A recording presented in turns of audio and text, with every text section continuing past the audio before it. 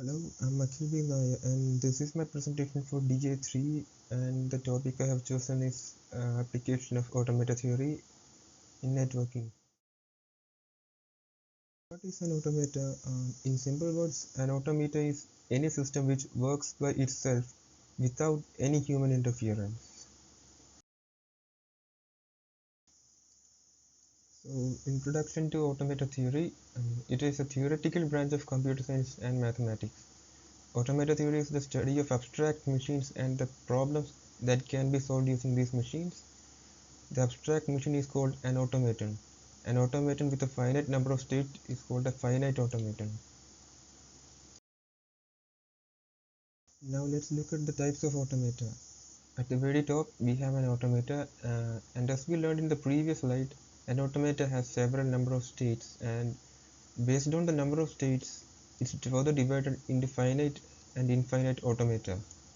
Now, a finite automata is further divided into deterministic finite automata and a non-deterministic finite automata. An automata which has an infinite number of states, unlike DFA and NFA, is a push-down automata. Now let's look at the cycle of conversion of an automata. Here we have a null NFA, which is a null non-deterministic finite automata. By the removal of null states, it can be converted into a normal NFA. And by using suitable methods, an NFA can be converted into a deterministic finite automata, which using state elimination method or Arden's method can be converted to a regular expression. This regular expression can in turn be converted to.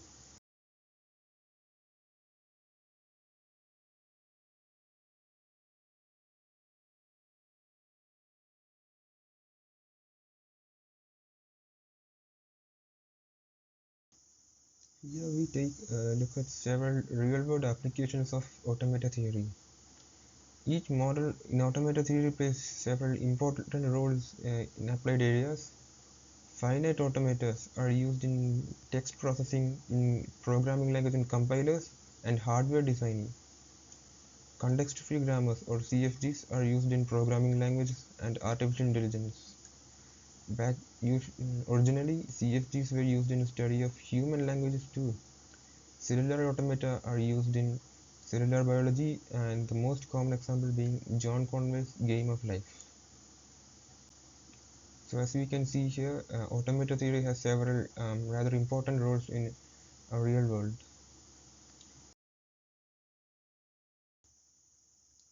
Coming to the main topic, which is application of automata theory in networking.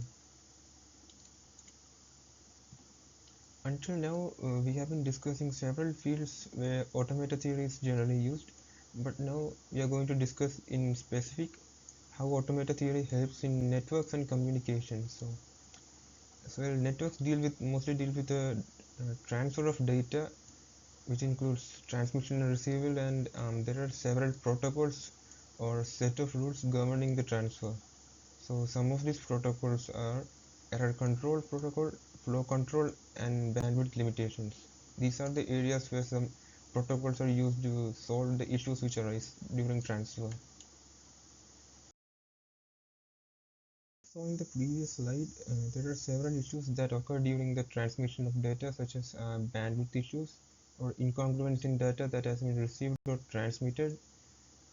All these issues are usually solved using automata theory. So solving these problems require the definition of more than one communication protocol, that is the shared convention of the transmission of data in one direction and the acknowledgement that is the other end of the network acknowledges the fact that the data has been received.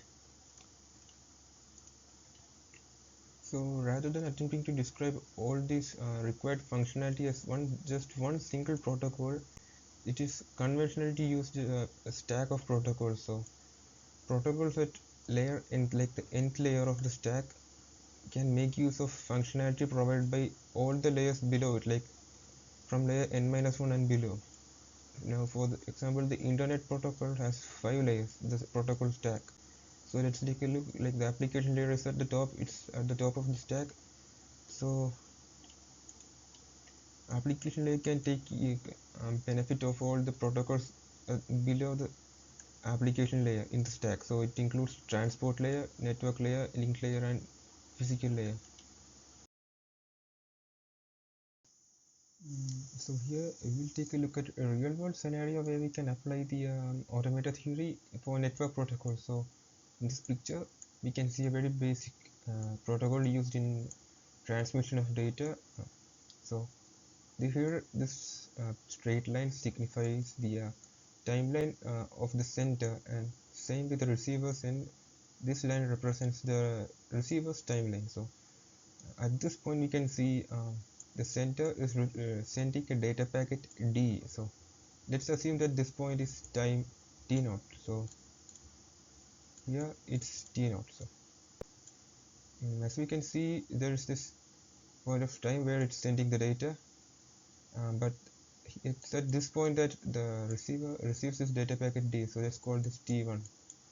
So there's this obvious difference in time when this receiver receives the data packet that is being sent by the sender. So this delay can be caused by several reasons, such as network traffic or congestion, as which we will not be seeing in this presentation, which causes this delay in being sent and received. So this protocol is achieved using a finite automata, which we will see in detail in the next coming slides. We'll see more in detail the finite state models used in the previous slide. So these finite state models of both the sender and receiver using this protocol we saw previously are quite simple. To construct these models, we assume that there is a higher level process on one side, that is on let's assume the sender side, that invokes the sender when it has a packet of data that it can send to the receiver, and on the receiver end, let's assume there's a higher level process which can be like any program on the computer which will be notified by the receiver when the data has arrived. Now in this presentation we won't be handling the process in the building of these models, as we will only look at the basics. So here the center will maintain a first in first out queue. So let's take a look at a queue. So let's assume there's a queue of messages here,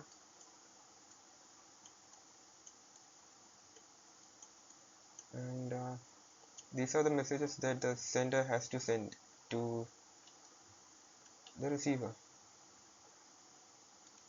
So each time the sender is ready to send a message, it will remove the message at the head of delete, and delete the message at the head of the queue, and send it to the receiver. So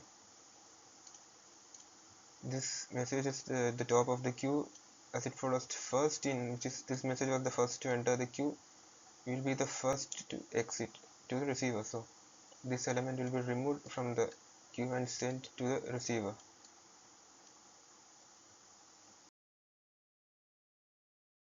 We have been looking at the scenario of a sender sending a data to receiver. So this is the problem we have at hand. So we need to write the finite state models for this. So we will use the symbol S, capital letter S within a parenthesis to denote the sending of message, and capital letter R within parenthesis to denote that a message has been received. So, and we will use capital letter D to correspond to a message containing data, or D will represent a data packet.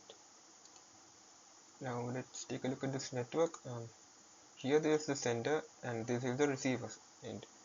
So at the sender state, it's on the waiting state, and as soon as it receives some data that it can be written, it goes to the active state. Now the active state, it will send the data packet T, which is denoted by the symbol, and send this data packet to the receiver, and it goes back to waiting state. Now here at the receiver's end of the network, it will receive the data packet D, which has been sent by the sender, and from this data packet, from waiting state, it will receive the data packet D, and which will be received by the client and go to the active state. Once the data packet is delivered, it will return back to waiting state.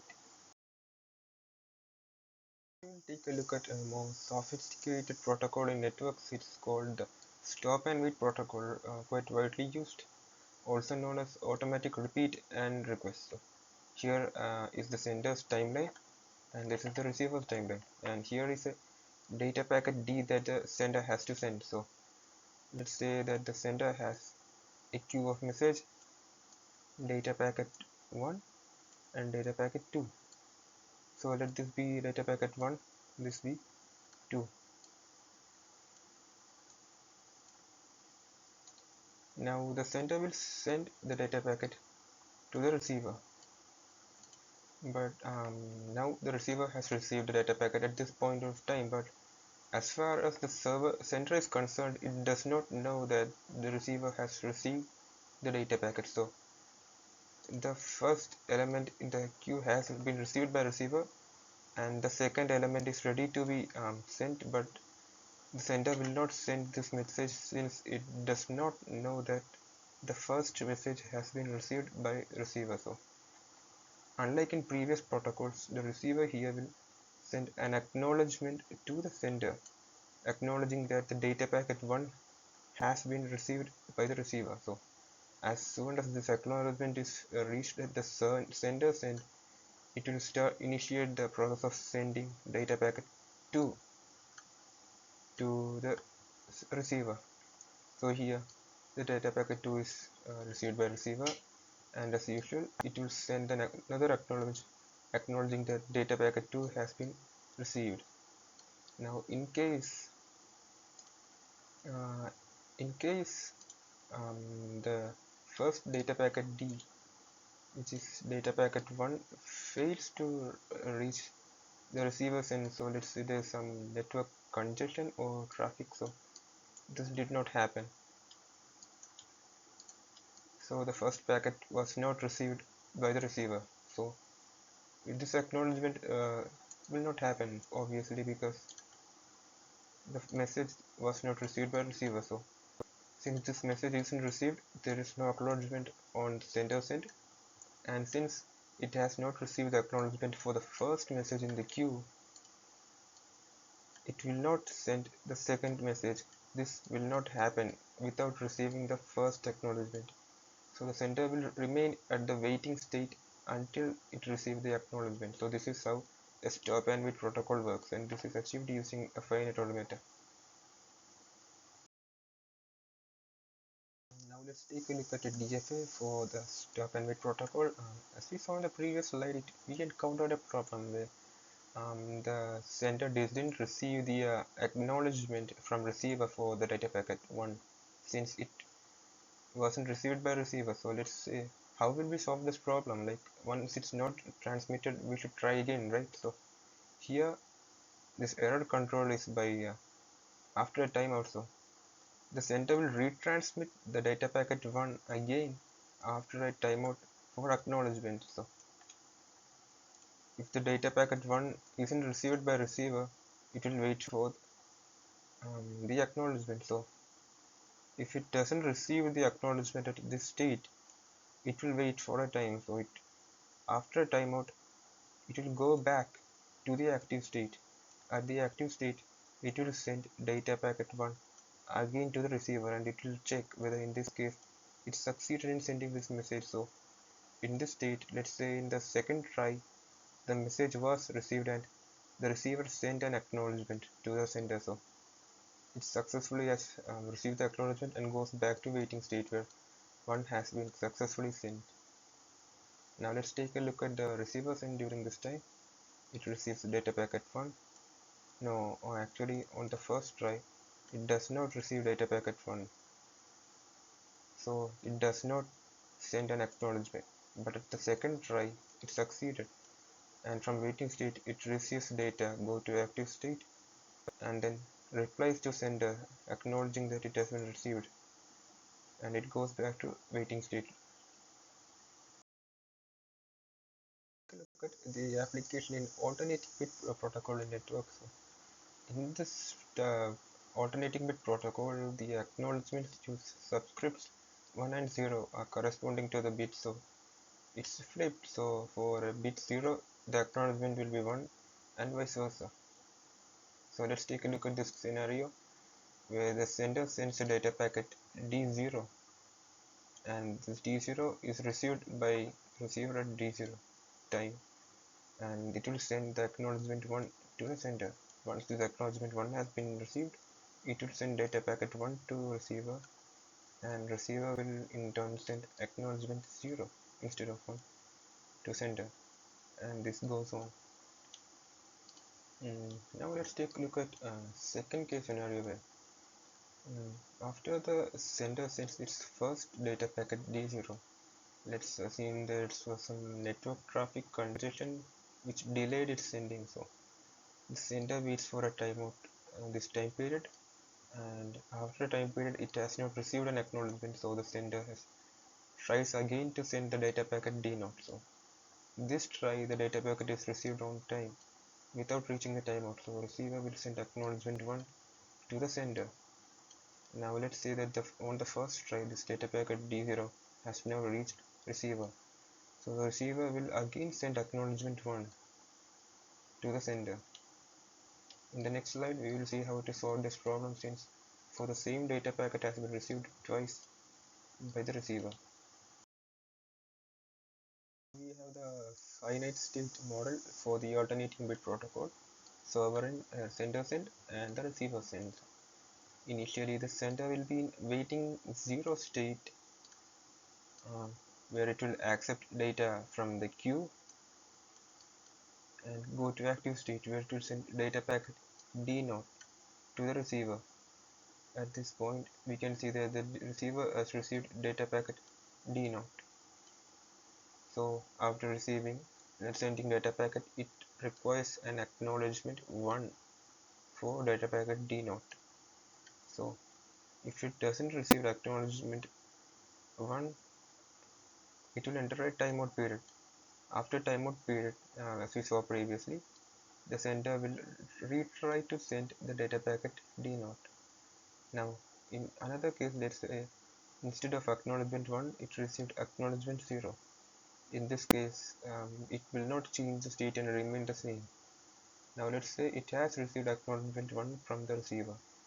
In this case, it has successfully sent the first data packet and goes to waiting 1 state, where it will again accept data, the next element from the queue, go to active state and send data packet 1, and here it will require acknowledgement 0. On successfully receiving acknowledgement 0, it will go back to waiting 0 state or retry sending the message after a timeout. Now let's look at the receiver send. Initially the waiting 0 state where it will receive data packet T0 and goes to active 0 state where it will deliver data to the client and replies with acknowledgement 1 to the waiting state. Now here let's say it's received data packet D0, it goes to a replying 1 state and sends acknowledgement 1 for data packet D0 and returns to waiting state from where it will receive data packet 1, go to active 1 state, deliver data to the client and send acknowledgement 0. So here let's understand what was happening previous slide in the alternating bit protocol. So as we saw, there was initially two versions of the same state for receiving data and same for sending data. So let's say this is pretty much like two versions of stop and wait protocol where it's got a waiting state and where it receives the data to send, and it sends the data and it waits for the acknowledgement. So here there is waiting 0 and waiting 1. Now this is how the alternating bit protocol works. So one state corresponds to control bit 0 and the other state corresponds to data whose control bit is 1, and initially both receiver and sender are in waiting state. We have come to the very end of my presentation. I hope it was sensible and helpful. Thank you.